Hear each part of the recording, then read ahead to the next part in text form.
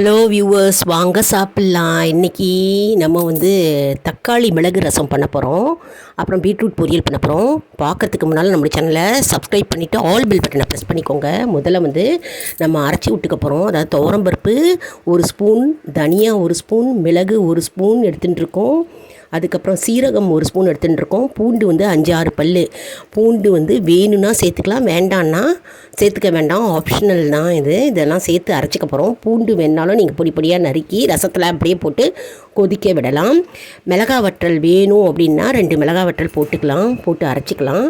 அதுக்கப்புறம் பச்சை மிளகா 4 எடுத்துகிட்டு இருக்கேன். தக்காளியை பொடி பொடியாக நறுக்கிண்டு பச்சை மிளகாயை கட் பண்ணிவிட்டு நம்ம ஒரு பாத்திரத்தில் தக்காளியை போட்டு அப்புறம் பச்சை மிளகாயை போட்டு மஞ்சத்தூள் போட்டுட்டு நம்ம கல்லுப்பு அதையும் போட்டுக்கிறோம்.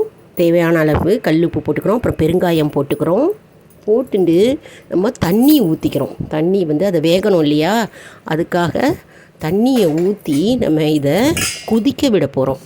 கொதித்த பிறகு, அதாவது தக்காளி நல்லா வெந்த பிறகு, தக்காளியும் பச்சை மிளகாய் வெந்த பிறகு புளி கரைச்சலை அதில் ஊற்றிக்கிறோம்.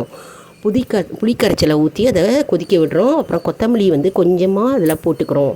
கொத்தமல்லி வாசனை இறங்கணும் இல்லையா, அதனால் கொத்தமல்லி அதில் போட்டுக்கிறோம்.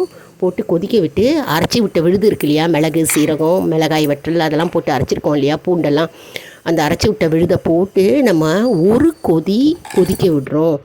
கொதிக்க விட்ட பிறகு கமன் வாசனையாக சூப்பரான ரசம் ரெடிங்க.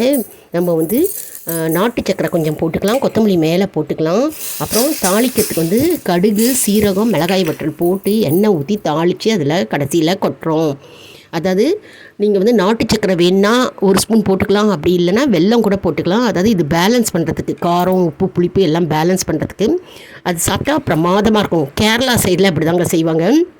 அதாவது வெல்லம் போட்டு செய்வாங்க. வெல்லம் இல்லாமையும் நீங்கள் செய்யலாம் வெறுமனையும். அப்புறம் ரசம் கொதிக்குது பாருங்கள், எப்படி அருமையாக இருக்குது. கமன் ஊரே தூக்கும். சாப்பிட்றதுக்கு அவ்வளோ அமிர்தமாக இருக்கும் சாதம் பிசைஞ்சு சாப்பிட்டா. அப்புறம் பீட்ரூட் பொரியலுங்க, கடலப்பருப்பு வேர்க்கடலை போட்டு வேக வச்ச பொரியல். பீட்ரூட்டில் நம்ம கொஞ்சமாக உப்பு போட்டு பெருங்காயம் போட்டு கடுகு, உளுத்தம்பருப்பு, மிளகா வற்றல் தாளித்து நம்ம வெந்த பீட்ரூட்டை போட்டு ஒரு வதக்கிண்டு தேங்காயை கடைசியில் போட்டு நம்ம வதக்கிக்கிறோம். அருமையாக இருக்குங்க பீட்ரூட் பொரியல் காம்பினேஷன் தக்காளி ரசத்துக்கு. வேணால் பருப்பு ஜலம் போட்டுக்கலாம், இல்லை வேண்டாம். நம்ம அருமையான சாதம் ரெடிங்க. பொலன்னு சாதம் இருக்குது பாருங்கள். அப்புறம் தட்டில் பருப்பு போட்டுக்கணும் பிசைஞ்சு சாப்பிட்றதுக்கு. அப்புறம் பீட்ரூட் பொரியல் இருக்குது, நடுவில் ரசம் ஊற்றி பிசைஞ்சு சாப்பிட்லாம்.